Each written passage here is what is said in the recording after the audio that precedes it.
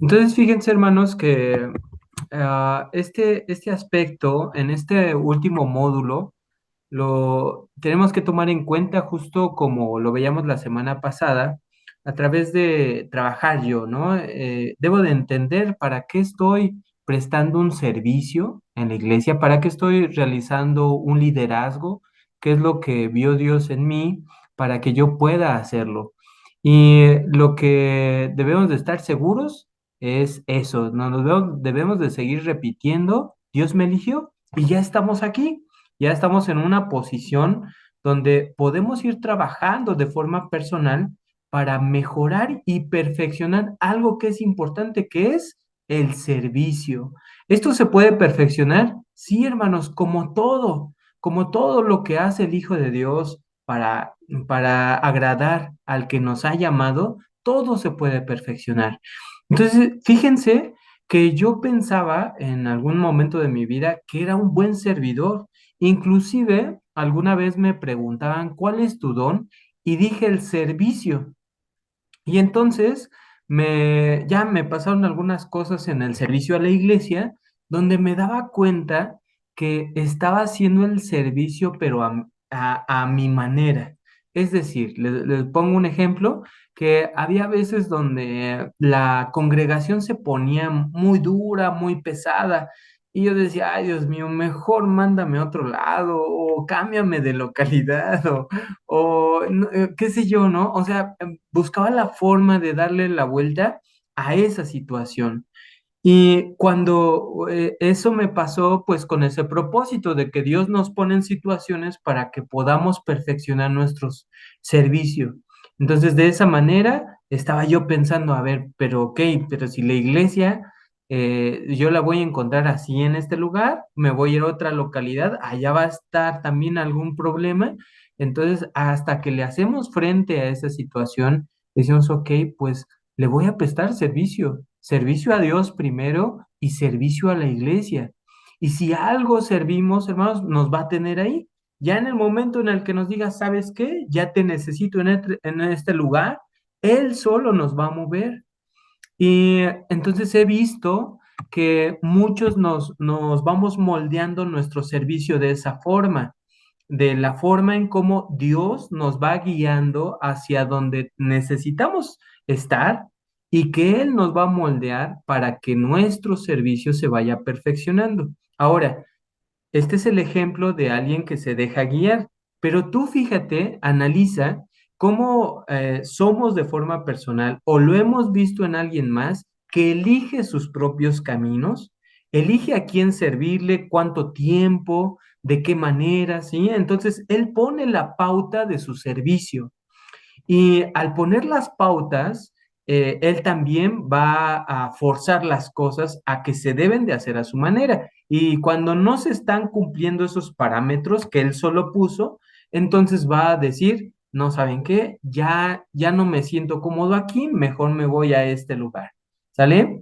Entonces, teníamos un ministerio, o tenemos, disculpen la palabra de teníamos como si ya hubieran muerto todos, pero no, tenemos un ministerio donde fue educado así, fue educado que ellos tenían que ir a servir donde los mandaran. Y fíjense que nos hemos topado ya con un ministerio que no, el ministerio joven o que va ingresando, muchos de ellos ya dicen, solamente si me ponen aquí. Es que es aquí, me queda cerca, puedo ir, etcétera, ¿no? Van poniendo.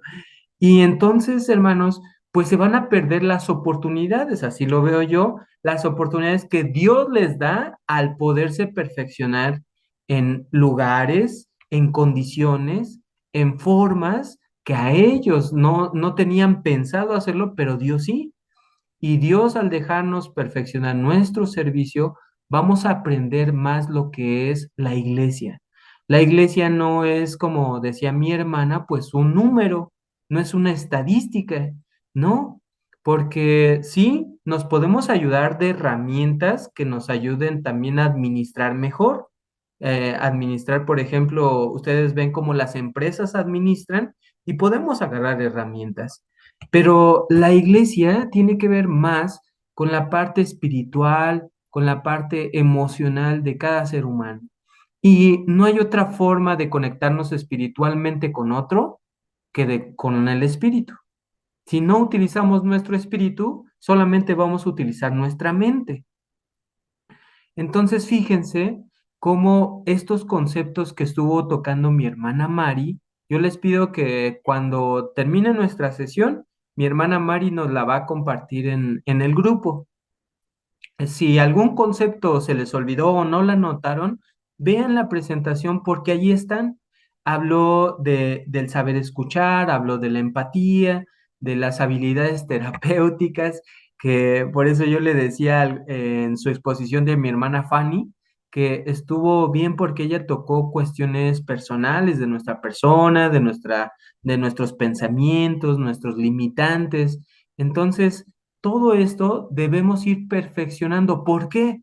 Porque es hacia los demás. Y los demás, cuando tengamos este conjunto de herramientas para podérselos ofrecer, ellos se van a acercar directamente no a nosotros, sino a Dios. Porque lo que estamos haciendo es eso. Estamos persuadiendo para que la persona pueda llegarse a Dios, pueda ir a los pies de Cristo y dejarse guiar por Él, justo como nosotros lo queremos hacer o lo estamos haciendo. De esta forma, debemos de ir llevando, pero tenemos que trabajar de forma personal en ir adquiriendo estas herramientas que nos van a ayudar primero de forma personal, pero también a liderazgo que ejecutemos sobre la iglesia. ¿Sale? Entonces, ya la segunda parte, hablamos de la conceptualización, de la previsión, el compromiso con el crecimiento de las personas, la corresponsabilidad. Y algo que me encantó cómo cerró esta parte es que hay que construir una comunidad. ¿Cómo se hacen todas estas cosas? ¿Cómo es que se van trabajando? Y no hay mejor forma que involucrarte con la gente. Cuando tú te involucras con tu equipo de trabajo, realmente los conoces, los escuchas atentamente, eso es como se van fortaleciendo esos lazos, se van fortaleciendo también las personas y te vas fortaleciendo tú con ellos.